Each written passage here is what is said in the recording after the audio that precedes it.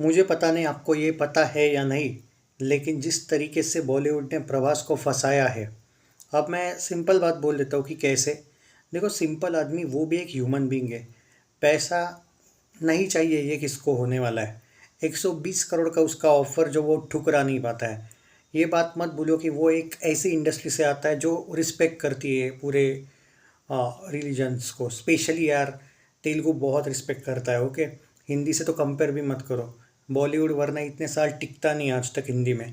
आज भी टिका हुआ है। आज भी जिस तरीके से वो मॉक करते हैं रावण को, रामायण को, उससे ज़्यादा कुछ बताने की अब मुझे ज़रूरत नहीं है। पर यहाँ पर ना, अब देखो क्या था। मैं एक सिंपल बोल रहा हूँ कि यहाँ पे दो चीज़ें हैं।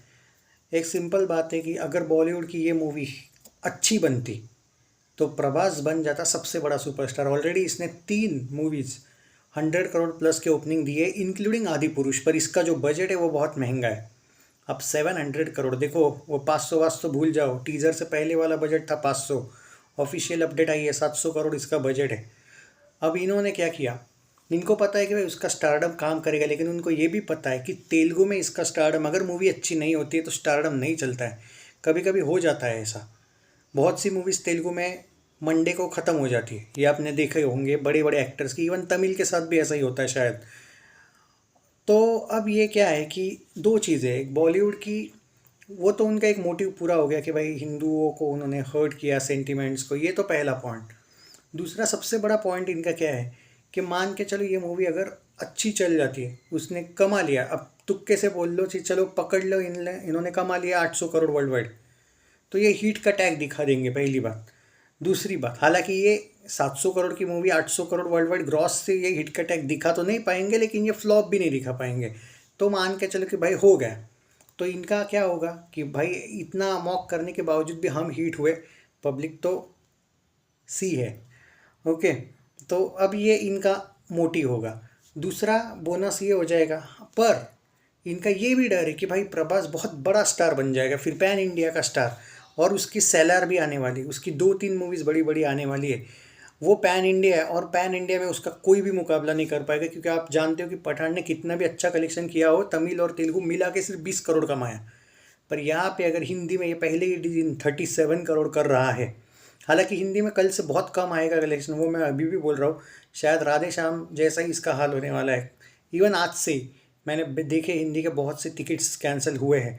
पर इनकी मोटिव कैसे सक्सेसफुल हुआ है वो आप नहीं समझ रहे हो। इनका टारगेट प्रभास ऐसा है कि बाय चांस अगर ये हिट हो जाती है तो प्रभास का स्टारडम बढ़ने दो, हमारी वजह से हिट हुई है ये बॉलीवुड मूवी, ये दिखा देंगे, पीपल को मॉक करेंगे और आगे भी ऐसी मूवीज़ बनाते रहेंगे बड़े स्टार्स के साथ। ये पहला पॉइंट।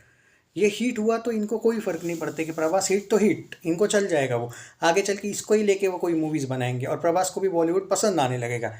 अब दूसरी बात ये है कि अगर ये फ्लॉप हो जाती है तो इसमें होगा ये कि भाई निगेटिव रिव्यूज़ थे, प्रभास ने तो पहला तगड़ा स्टार्ट दिया था, लेकिन फिर भी ये दिखा देंगे कि भाई प्रभास बड़ा स्टार बन ही नहीं सकता।